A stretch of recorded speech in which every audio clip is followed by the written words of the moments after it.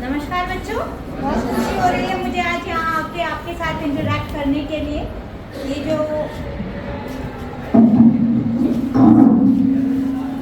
ये जो सेशन आज हम करने जा रहे हैं, ये सिर्फ आज एग्जाम प्रिपरेशन से रिलेटेड होगा। आप सभी लोगों के एग्जाम्स आने वाले हैं, बोर्ड के बच्चों के भी और अन्य कक्षाओं में जो बच्चे पढ़ रहे हैं उनके भी। करियर काउंसलिंग और अन्य चीज़ों से रिलेटेड हम विस्तृत चर्चा बाद में करेंगे। अभी यहाँ कुछ मेरे साथ एक्सपर्ट्स बैठे हैं, मैं हूँ। ये उद्देश्य है कि आपको एग्जाम से 7-10 दिन पहले क्या तैयारी करनी चाहिए उसके बारे में मुख्य रूप से चर्चा करें, और वही हमने क्वेश्चंस आप लोगों के साथ लिए हैं। आप लोगों ने देखा होगा रेस में कई बार कुछ लोग जो है शुरुआत से बहुत तेज भागते हैं और एंड में आके थक जाते हैं, पीछे हो जाते हैं। और कुछ लोग जो होते हैं वो शुरुआत में थोड़ी कम स्पीड पकड़ते हैं लेकिन एंड में एकदम से छलांग मारते हैं। मैं चाहती हूँ कि आप बच्चे एंड में छलांग मारने वाले बनो। सबसे ऊंची छलांग, सबसे लंबी छलांग आप ही मारो। आप लोगों के पास 7 दिवस 10 दिवस जितने भी हैं आपके एग्जाम में वो बचे हुए हैं।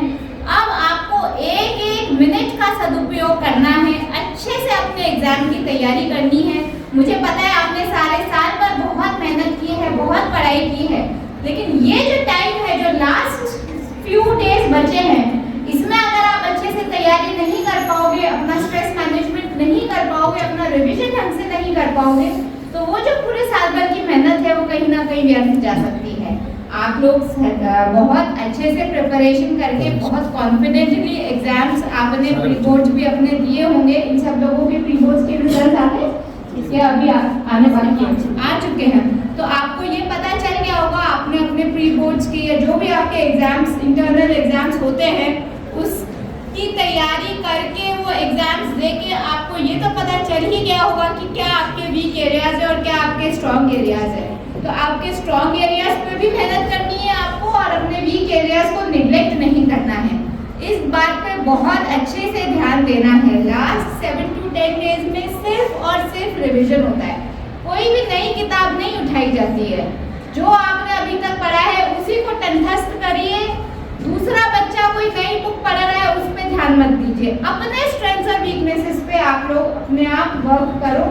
अपने आप को बहुत ज़्यादा कंपैरिजन, एक मोटिवेट होना अलग बात होती है कि किसी अच्छे बच्चे से जो बहुत अच्छा परफॉर्म कर रहा है उससे आप मोटिवेट होकर ज़्यादा पढ़ाई कर रहे हैं, लेकिन अपनी हर चीज़ दूसरे से कंपेयर करना वो शायद उचित नहीं होता है। आपको पता है कि आपकी स्ट्रेंथ्स क्या है और आपकी वीकनेसेस कौन सी है, कौन से एरियाज हैं जिसमें आप अच्छे से कर सकते हो, कौन सी चीज़ें हैं। एक 80-20 का रूल होता है, हर सिलेबस में 20% कुछ सिलेबस होता है जिससे मेजॉरिटी क्वेश्चंस आते हैं, जो मोस्ट इम्पोर्टेंट होता है, जो आपको भी पता होता है। आपने प्रीवियस ईयर्स के क्वेश्चन पेपर्स देखे होंगे, आपके टीचर्स ने आपको बताया होगा।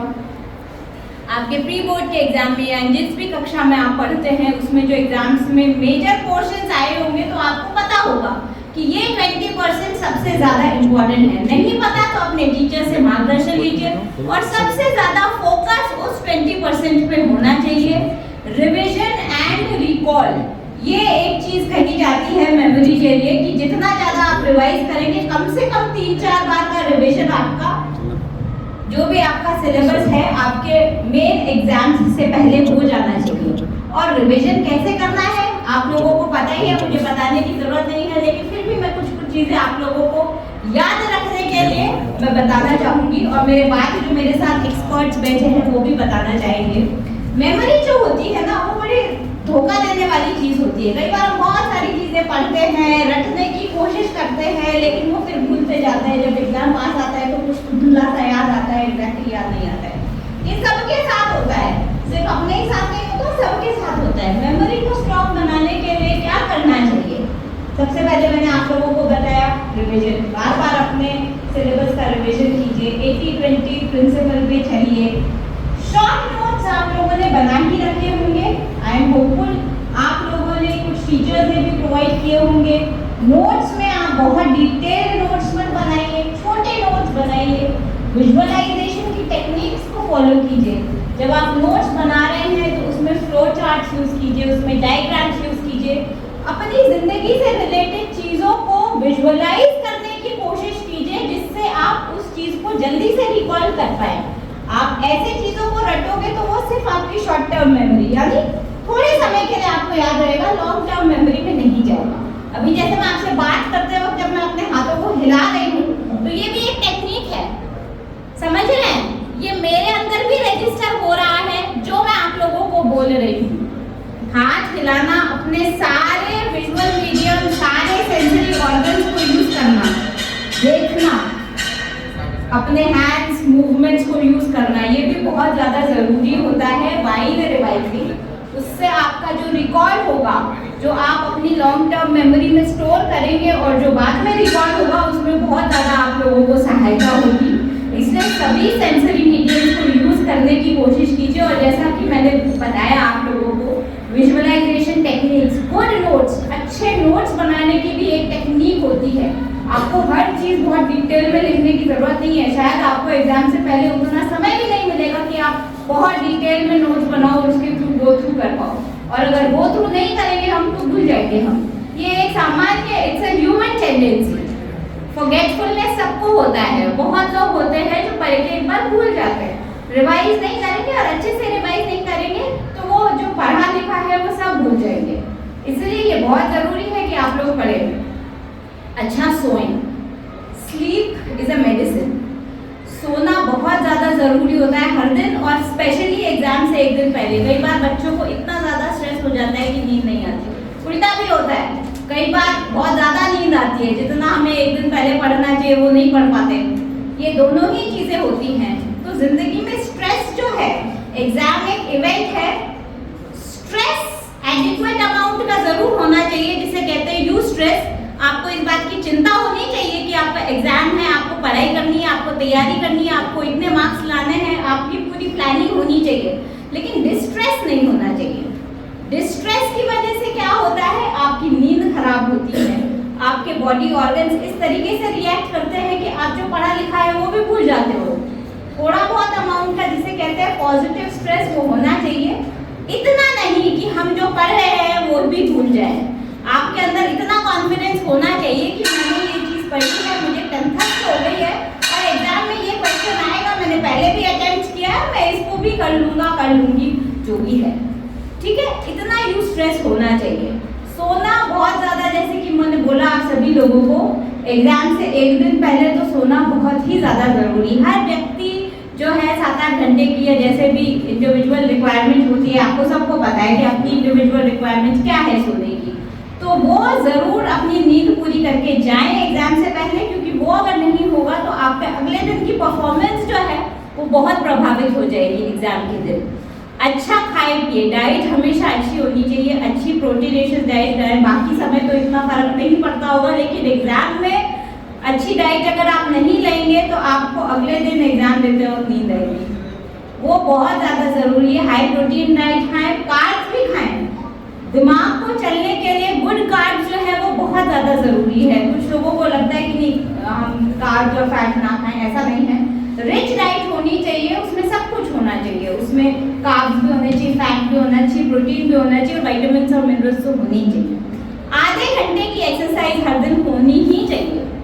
कभी भी ये मत सोचना, और ये गलतियाँ वो है जो हम भी अपने टाइम पर कर चुके हैं। ये नहीं होता है कि सारे दिन भर सिर्फ पढ़ते रहना है। आपकी मेमोरी, आपकी लर्निंग अगर आप एक्सरसाइज नहीं करते हैं तो 100% प्रभावित होगी। अगर आप आधे घंटे कोई भी, या आप योग करें, या आप कोई स्पोर्ट्स खेलें, या जो भी आप गतिविधि करते हैं, जो भी आपको अपने हिसाब से अच्छा लगता है वो हर दिन करें। उससे क्या होगा, आपकी मेमोरी अपने आप इम्प्रूव होगी और आपको अपने आप पॉजिटिव फील होगा, आपके स्ट्रेस लेवल्स अपने आप नीचे जाएंगे। तो ये कुछ मुख्य रूप से चीज़ें हैं जो आप लोगों को खास तौर पे ध्यान रखनी है। मेमोरी में एक कॉन्सेप्ट होता है, मेरे पास जो मेरे एक्सपर्ट्स बैठे हैं वो डिटेल में बताएंगे, जिसे कहते हैं प्राइमेसी इफेक्ट और रीसेंसी इफेक्ट। जैसे जब मैं लेक्चर ले रही हूँ, अभी मैं आप लोगों को जो सुना रही हूँ, उसमें जो शुरुआत में मैंने बोला वो आपको सबसे ज़्यादा याद रहेगा, और जो मैं एंड में बोलूँगी वो भी आपको सबसे ज़्यादा याद रहेगा। जो बीच वाला पोर्शन है वो रिलेटिवली शायद थोड़ा कम याद रहेगा, अनलेस कि मैं कुछ ऐसा बोलूँ जो आपको बिल्कुल एकदम से हिट करे, प्रभावित करे, ठीक है। तो मेमोरी में भी यही होता है।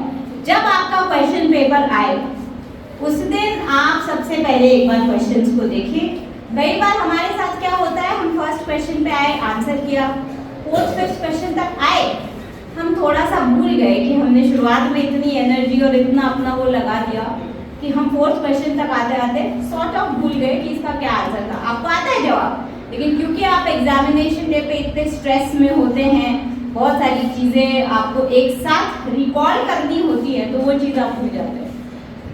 तो शुरुआत में जब आप क्वेश्चन पेपर ले, सारे क्वेश्चंस को एक बार गो थ्रू करें, एक दो वर्ड उसके रिलेटेड आंसर से, जो भी क्वेश्चन है उससे रिलेटेड आंसर आप वही लिख लें जब आप शुरुआत में क्वेश्चन पेपर पूरा देख रहे हैं और प्लान कर रहे हैं कि मुझे इस क्वेश्चन के लिए 5 मिनट देने हैं, इस क्वेश्चन का आंसर करने के लिए मुझे 10 मिनट देने हैं। तो एक पेंसिल लें, शुरुआत में ही क्वेश्चन आप देख लें और उसके बाद उसका जो 1 और 2 जो कीवर्ड्स है जिससे आपको पूरा आंसर याद आ सकता है, वो कीवर्ड्स उसी वक्त लिख लें जब आप शुरुआत में क्वेश्चन पेपर देख रहे हैं, ताकि जब आप लास्ट पेपर तक आए, लास्ट क्वेश्चन तक आए, तब तक ये ना हो कि आपने जो भी पढ़ा लिखा हुआ भूल जाए, क्योंकि एग्जाम लिखते वक्त भी बहुत ज़्यादा एनर्जी भी एक्सपेंड होती है, कई बार हम इतने स्ट्रेस में होते हैं, भूल जाते हैं। तो वो चीज़ ना हो, इसके लिए आप बहुत ज़्यादा प्रयास करें कि क्वेश्चन पेपर एक शुरुआत में देखें और शॉर्ट प्लानिंग आपके दिमाग में ही अपने आप विजुअलाइज हो जाएगी कि इस तरीके से मुझे क्वेश्चंस आंसर करने हैं। उसी वक्त आप उन क्वेश्चंस की प्लानिंग कर लें। क्वेश्चंस सारे अटेम्प्ट करने हैं, आता आपको सब कुछ है, आपने पूरी चीज़ रिवाइज की है, हो सकता है कुछ और एरियाज हो जो आपके बहुत स्ट्रॉन्ग हो, कुछ एरियाज हो जो थोड़े से वीक हो, लेकिन आता आपको सब कुछ है।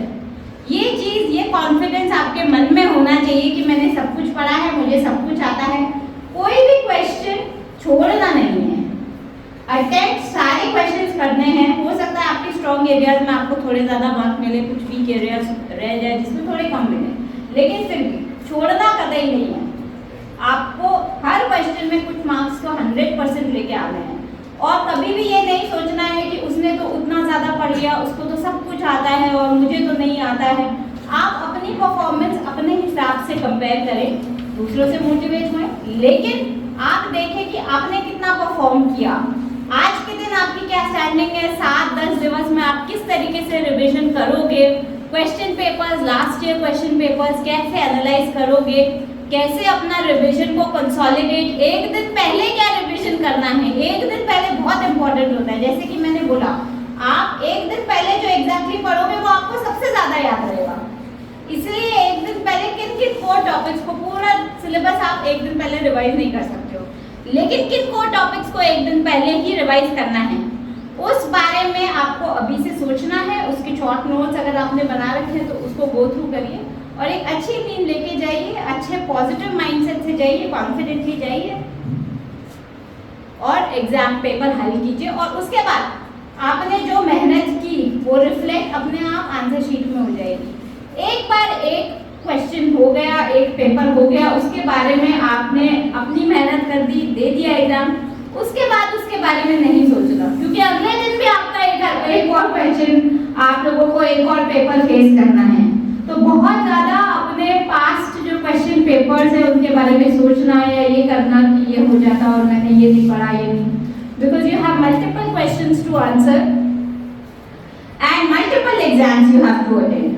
तो हमेशा याद रखें, एक बार क्वेश्चन पेपर हो गया, अब नए सिरे से नेक्स्ट एग्जाम की तैयारी। पिछला जो हो गया वो आपने बहुत अच्छा किया, और आप लोग अब एक और बात होती है, आप लोग मेहनत कर सकते हैं, अच्छी मेहनत कीजिए, अच्छी ट्रिक्स अप्लाई कीजिए, पॉजिटिव माइंडसेट रखिए, अपने माँ बाप का आशीर्वाद लेके जाइए सुबह, ये बहुत ज़रूरी है। ये कुछ चीज़ें हैं जो हम भूल जाते हैं, अपने माँ बाप का आशीर्वाद लेना बहुत ज़रूरी है when you go for the exam, ठीक है।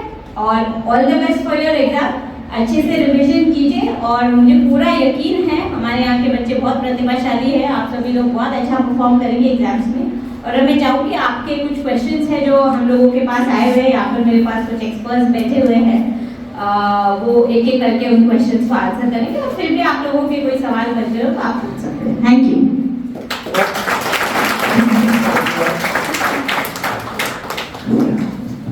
कहते हैं कि अच्छी शुरुआत आदि समस्याओं का हल हो जाता है। और माननीय जिला कलेक्टर महोदय ने आपके मन में उमड़ रहे अनेक जिज्ञासाओं का समाधान तो अपने जैसे अपने कर दिया तो उनका है। कैसा फिर भी कहते हैं कि समस्याएं जहाँ लाखों हैं तो उसका हल भी करोड़ों की संख्या में मौजूद है। इसके बाद भी कुछ समस्या है और मैडम यही चाहती थी कि हमारे विद्यार्थियों की जो जिज्ञासा है उसका समाधान हो। तो एक अच्छे पैनलिस्ट के साथ स्वयं मैडम आज इस चर्चा में हमारे साथ शामिल है। तो शुरुआत करें हम और लेकर चलते हैं हमारी पहली जिज्ञासा प्रगति विद्यालय से पूर्वी। बेटा पूर्वी सर माइक पूछे। पूर्वी आप अपनी जिज्ञासा है जो आपके मन में है हमारे पैनलिस्ट से मैडम के साथ। Good morning, ma'am. Good morning. Myself, Purvalmi. I read in 6th class. I am from Pragati Academy Senior Secondary School, Pratapgarh. Good, good. Ma'am मेरा प्रश्न है कि अभी परीक्षाएं नजदीक आ रही है, तो हम कम समय में परीक्षा की तैयारी कैसे करें? बताइए संगीता जी, प्लीज बताइए। नहीं, यूज दिस माइक। सर्वप्रथम सारे बच्चों को सुभाशीष और गुड मॉर्निंग। बैठिए प्लीज आप पूर्वी। बहुत अच्छा प्रश्न है। समय कम और तैयारी अधिकतम, ठीक है। तो यह जो आपका प्रश्न है कि कम से कम समय में तैयारी कैसे की जाए, हमारे 12th स्टैंडर्ड में 5 या 6 आपके प्रश्न पत्र होते हैं परीक्षा में। जो सबसे पहली तारीख को आ रहा है, जहां से आपका परीक्षा प्रारंभ हो रहा है, ठीक है। तो लास्ट वाला जो एग्जाम है हमको शुरुआत उससे करनी है। हमारे पास 15 दिन या 10 दिन का समय है लास्ट एंड फाइनल प्रिपरेशन के लिए, या ओवरऑल जो सिलेबस है उसको रिवाइज करने के लिए, ठीक है। अंतिम दिन जो हमारी परीक्षा है वो पेपर हम पहले उठाएंगे, क्योंकि हमारे पास 10 से 15 दिन का समय है ना। वो पेपर करिए, देन उसके बाद ऐसे 2-2 दिन का समय दीजिए, और जो पहला पेपर है उसको एग्जाम के 2 दिन पहले से शुरुआत कीजिए। आप देखिए कि फर्स्ट एग्जाम का आप तुरंत अपना स्टडी करना शुरू कर देते हैं। और सबसे महत्वपूर्ण बात है, कम से कम 12 से 13 घंटे पहले आप अध्ययन करना छोड़ दीजिए। इस दिमाग को पूरी तरह से शांत रखिए, स्थिर रखिए। किसी भी प्रकार की बोदरेशन, टेंशन या तनाव जिसको हम कहते हैं परीक्षा से संबंधित, एग्जाम फोबिया जो होता है, उसको हटाने का प्रयास करें। वो तभी होगा जब आपकी बहुत अच्छी 6 से 8 घंटे की नींद होगी और साथ में आप मेंटली पीस यानी कि मानसिक रूप से बिल्कुल स्थिर शांत चित्त रहेंगे। इसमें आप हमारी जो ब्रीदिंग सिस्टम है, हमारा सांस लेने का तरीका है ना।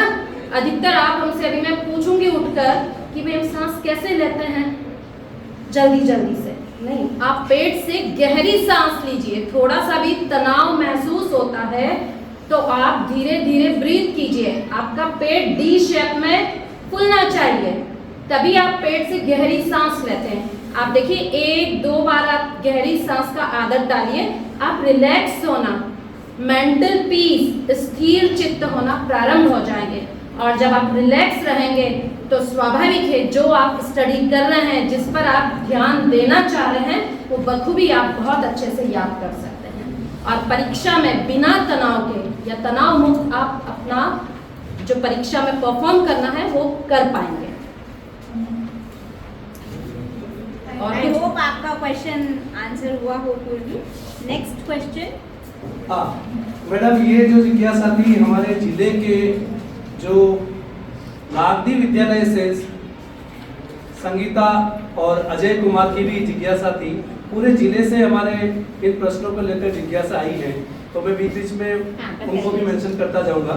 अब अगला प्रश्न हमारे बीच लेकर आ रही है पीएमसी विद्यालय की पायल से सर माइक आप आगे से देखिए।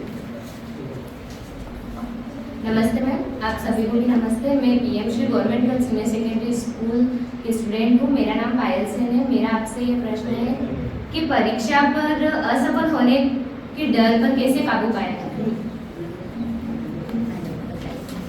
पूर्वी पायल से बहुत अच्छा क्वेश्चन है आपका। परीक्षा से पूर्व असफलता, देखिए सबसे पहली बात तो आपने एक वर्ड काम लिया है जिसका नाम है डर। हम कई सारी मूवीज देखते हैं, जो डर गया वो मर गया, एक स्प्राइट का कोई एडवर्टाइज है, डर की आगे जीत है। तो डरना किस बात का? अगर आप किसी बात को लेकर के भयभीत है, डरते हैं, आशंकित है, तो उस बात को आप शेयर कीजिए आपके मित्रों के साथ, आपके छोटे बड़े भाई बहन के साथ, अपने पेरेंट्स के साथ, अपने टीचर के साथ। लेकिन अगर आपके मन में कोई बात ऐसी है जिसको आप दूसरे से शेयर नहीं कर सकते हैं, तो सबसे अच्छी टेक्निक बताती हूँ कि उस बात को आप पेपर पे लिख लें और उस पेपर को फोल्ड करें और उसके टुकड़े टुकड़े टुकड़े, जितने बारीक टुकड़े आप उस पेपर के करेंगे, मेरा दावा है कि आपका जो उस बात को लेकर के डर भय है उन टुकड़ों में विखंडित होकर के वो पूरा का पूरा चूर हो जाएगा। ये मैंने खुद ने प्रैक्टिस में लाया है और मैं ये आज दावे के साथ में कह सकती हूँ कि अगर हम चिंता को कर देते तो चिंता चूर हो जाती है। दूसरी बात, हम अपने आप को इतना बोल्ड और स्ट्रॉन्ग बनाएं कि आई एम द बेस्ट कहने की सिचुएशन में हो। अगर आप मन में निरंतर I am the best, I am the best, I am the best अभ्यास करते रहेंगे तो आप वास्तव में देखेंगे कि आप बेस्ट हो रहे हैं और आपकी परफॉर्मेंस में डे बाय डे जो है वो इम्प्रूवमेंट आ रहा है। और यहाँ पर मैं आपको 3 C का सूत्र देना चाहूंगी।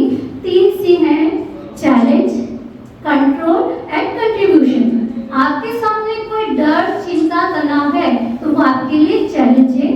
उस चैलेंज को कंट्रोल करना और उसके साथ में तारतम्य बिठाते हुए, सातत्य बिठाते हुए लगातार प्रयास करेंगे तो दुनिया की कोई भी ताकत ऐसी नहीं है जो आपको असफल होने से रोक सके। तो सबसे पहले आप अपना डर दूर भगाइए, सफलता आपके कदम चुनिए। इसमें मैं 2 शब्द अपने ऐड करना चाहूँगी बच्चा। देखो, डर सबको लगता है। डर एक बहुत ही स्वाभाविक इमोशन है। ऐसा कभी नहीं सोचना कि सिर्फ आपको डर लगता है, आपके आसपास के बच्चों को भी लगता है, हमें भी लगता है। हम भी कभी कोई चैलेंज फेस करेंगे तो हमें डर लगेगा। जब हम आपकी उम्र के थे तब भी हमें डर लगता था और अब जब हम यहाँ पहुँच गए हैं तब भी हमें डर लगता है। डर एक बहुत स्वाभाविक इमोशन है। ये सोचना कि मुझे ही डर लग रहा है ये गलत है, लेकिन उस डर का सदुपयोग कैसे किया जाए, जो मैंने आपको बोला, जो भी आपको डर है, स्ट्रेस है, उसको अपने ऊपर हावी नहीं होने देना। अपनी परफॉर्मेंस उससे अफेक्ट ना हो, लेकिन इतना अमाउंट ऑफ यू स्ट्रेस हो कि वो उस छोटे डर की वजह से आप अपनी पढ़ाई करें, आप अपनी तैयारी करें। इतना भयभीत ना हो कि आपको ये लगे कि मैं नहीं कर सकता। वो डर और वो हर इमोशन का एक पॉजिटिव एनर्जी होती है और एक नेगेटिव एनर्जी होती है। आप उस डर में से पॉजिटिव एनर्जी कैसे निकालेंगे ये आप देखिए। आपके पास खोने के लिए कुछ भी नहीं है। डरने की आवश्यकता इसलिए नहीं है क्योंकि आप एग्जाम की तैयारी कर रहे हो और आपको ये कॉन्फिडेंस होना चाहिए कि मैंने जो एग्जाम की तैयारी करी वो जो तैयारी है उसकी वजह से मुझे अच्छे मार्क्स जरूर मिलेंगे। उस इमोशन को कभी अपने आप को ओवर पार मत करने देना। मैंने फिर वही बात कही, डरने के लिए और खोने के लिए आपके पास कुछ भी नहीं है। आपके पास सब कुछ पाने ही पाने के लिए है। अभी आपका पूरा जीवन पड़ा है। ये एग्जाम सिर्फ एक पड़ाव है आपके जीवन में। अभी आगे बहुत जीवन पड़ा है, लेकिन ये एक चैलेंज के रूप में है। आप मेहनत कीजिए, आप अच्छा परफॉर्म करके दिखाइए, आप अपने माँ बाप का, हमारा नाम रोशन करके दिखाइए। आपको ऑल द बेस्ट। और आप अपने डर से प्रभावित ना हो, इसके लिए भी आप हमारे काउंसलर से कभी भी संपर्क कर सकते हैं। यदि कभी ऐसी भी स्थिति आए कि आपको लगे कि नहीं मुझे मेरे इमोशन पर कंट्रोल नहीं हो रहा है, तो भी हमारे पास एक्सपर्ट्स अवेलेबल हैं। कभी भी इस तरह की परिस्थिति किसी भी बच्चे के साथ आए कि उसे ये लगे कि मुझे इतना डर लग रहा है, तो अपने आसपास के लोगों से संपर्क करें। हमारे पास प्रोफेशनल एक्सपर्ट्स हैं जो आपको बताएंगे कि आपके डर को किस तरीके से काबू करना है, तो वो भी आप हमसे संपर्क कर सकते हैं। Thank you. धन्यवाद।